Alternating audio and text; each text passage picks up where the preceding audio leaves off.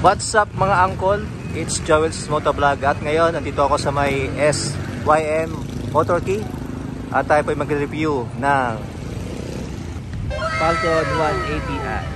Tara, let's do this!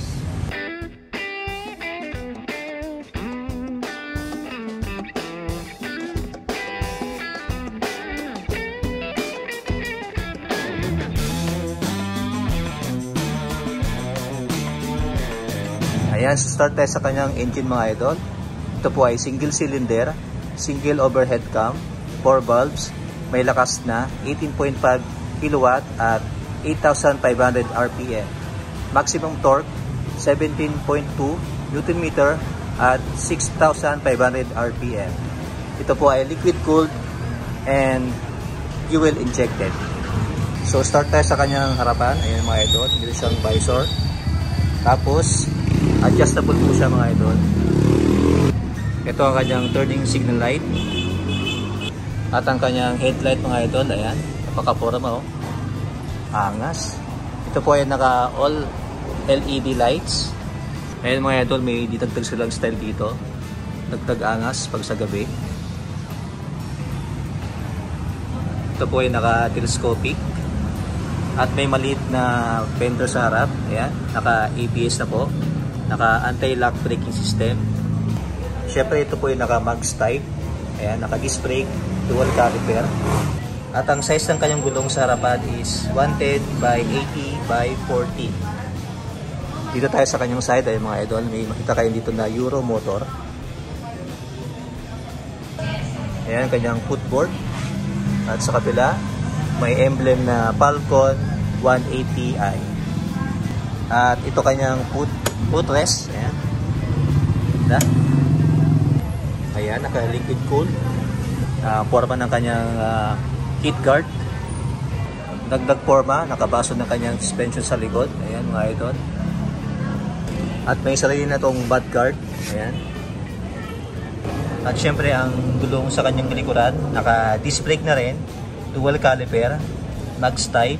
Tapos ang size ng kanyang gulong sa likod is 130 by 70 by 13. Ay mga idol, tagtag angas, naka camel seat na rin siya. Ang kanyang grab bar na matte black. Ang kanyang tail light na napakaangas. Ayan. Ang kanyang fender sa likod, ayan, forma din. May reflector dito at projector sa kanyang plate number. Ang kanyang CVT, ayan mga idol, naka ESP Plus na rin. Ayan mga idol, naka digital panel na rin. Naka naked handlebar. At may emblem dito ng Euro. Sa kanyang left handle, meron siyang passing.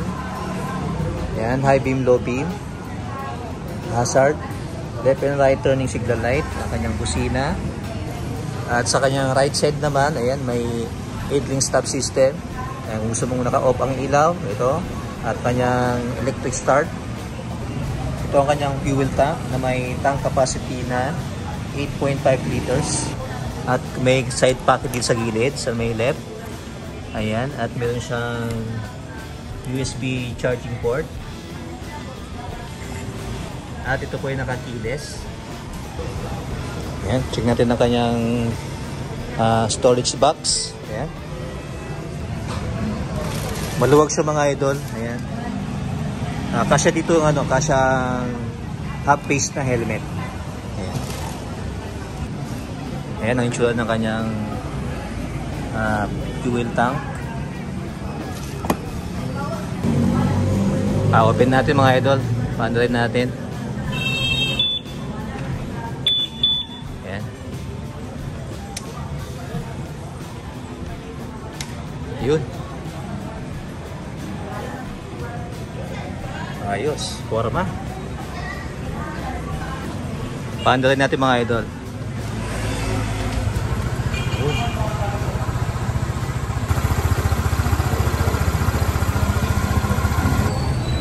Ang kanyang seat height mga idol is 780 mm na may timbang na 136 kg.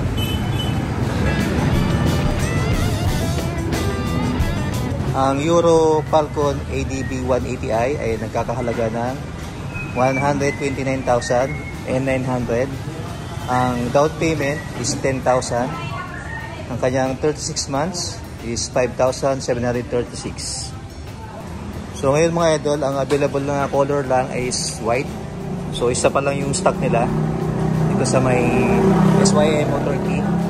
Sa mga gusto mag-apply, sa maker po, kailangan ng isang valid ID, driver's license, 3 pieces picture, cedula, barangay clearance, proof of billing, at proof of income. At sa co-maker naman, kailangan ng isang valid ID, 2 pieces picture. Ayan mga idol, salamat po sa panonood. It's your boy Joel's Motovlog. Peace and love. Goodbye.